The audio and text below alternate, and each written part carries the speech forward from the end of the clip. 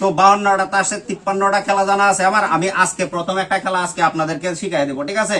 পরবর্তীতে কন্টিনিউ করবেন, আমি প্রত্যেকটা খেলা আপনাদেরকে শিখাই দিব।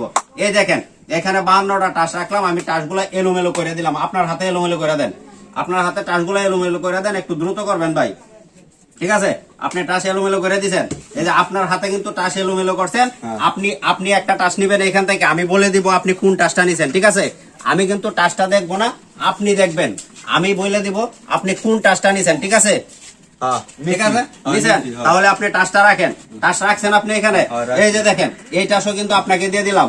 আপনি এই টাসগুলো আপনার নিজের হাতে এলোমেলো করে দেন, আমি বলে দিব আপনি কোন টাসটা নিছিলেন, ঠিক আছে? আমি বলে দিব, আমি বলে দিব, আমি বার করে এই টাচটা আপনি বলে দিবেন। এই টাচটা আমি বলে দিব। ভালোরে কাট দাও আপনি। হ্যাঁ, বিরাট ঘটনা এটা। এটা হচ্ছে আসলে এটা হচ্ছে একটা কোনো বেলকিবাজি না, এটা হচ্ছে একদম হাতের একটা কৌশল, ঠিক আছে? আপনি যে টাচটা নিয়েছিলেন, আমি কিন্তু এই টাচটা আপনাকে বের করে দিব, ঠিক আছে? তো আপনি একটু অপেক্ষা করেন। এটা হচ্ছে আপনার একটা কৌশল, ঠিক আছে? তো কৌশলটা কিভাবে কি হয় আমি কিন্তু শেষ পর্যন্ত আপনাকে দেখায় দিব। যদি আপনি কন্টিনিউ শেষ পর্যন্ত থাকেন আমার পাশে, তাহলে আমি আপনাকে দেখায় দিব আপনি মানে কোন টাচটা আপনি নিয়েছিলেন, এটা আমি কিভাবে ধরলাম, কিভাবে বের করলাম, এটা আমি শেষ পর্যন্ত আপনাকে দেখায় দিব, ঠিক আছে? কারণ এটা কোনো ফাঁকিবাজি না, এটা একদম রিয়েল। আপনি শেষ পর্যন্ত থাকেন আমার পাশে, আমি দেখায় দিচ্ছি আপনি কোন টাচটা নিয়েছিলেন আমার কাছ থেকে।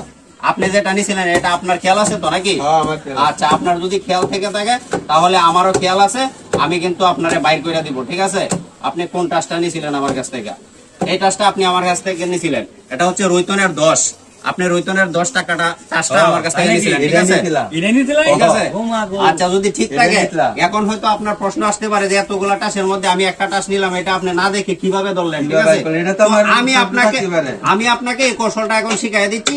আর এই কৌশল যদি আপনার শিক্ষা থাকে তাহলে কোনো জায়গায় বেলকিবাজি দেখায় কোনো প্রকার ধান্দাবাজি করে আপনার কাছ থেকে টাকা নিতে পারবে না, ঠিক আছে? তো এই যে আমি আবার এলোমেলো করে দিলাম টাসটা, ঠিক আছে? এই যে দেখেন আমি কিন্তু এখান থেকে আপনাকে বলছি এই উপরের টাচটা নেওয়ার জন্য, আপনি আবার উপরের টাচটা নেন। এটা আপনি দেখেন, এটা আমার দেখার দরকার নাই।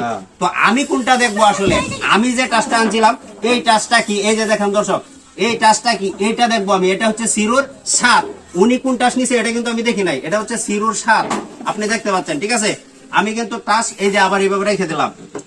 রেখে দেওয়ার পর এই যে দেখেন আমি নিজেই এলোমেলো করে দিছি, আমি নিজেই এলোমেলো করে দিলাম, ঠিক আছে? এখন আমি যে সিরুর 7 দেখছিলাম, এই ভাই কি টাস নিছে আমার সিরুর 7 দেখে কিন্তু আমি বলে দিব এই ভাই কি টাস নিছিল, ঠিক আছে? এই দেখেন আমি কিন্তু দেখি নাই। তো এটার মূল কাহিনীটা হচ্ছে আপনি যে টাসটা দেখবেন এটা কিন্তু ওই টাসটার উপরে থাকবে। উনি নিছিল ইস্কার 7, ঠিক আছে? আমি নিয়েছিলাম সিরুর 7, উনি নিয়েছিল ইস্কার 7। এটা কেন হইলো? কারণ আমি সিরুর 7 নিয়ে আসাইরা কিন্তু এইভাবে রাখছিলাম, তার মানে এইটার যে নিচে যে টাসটা থাকবে ওইটাই কিন্তু উনি নিছিল। তো আশা করছি বিষয়টি বুঝতে পেরেছেন। কারণ এটা কিন্তু একটা কৌশল, কোনো বেলকিবাজি না। অনেকেই বলে বেলকিবাজি, আসলে এরকম কোনো কিছু না। পাশে থাকুন, প্রতিদিন একটা করে কৌশল শিখিয়ে দিব আপনাদেরকে। ধন্যবাদ।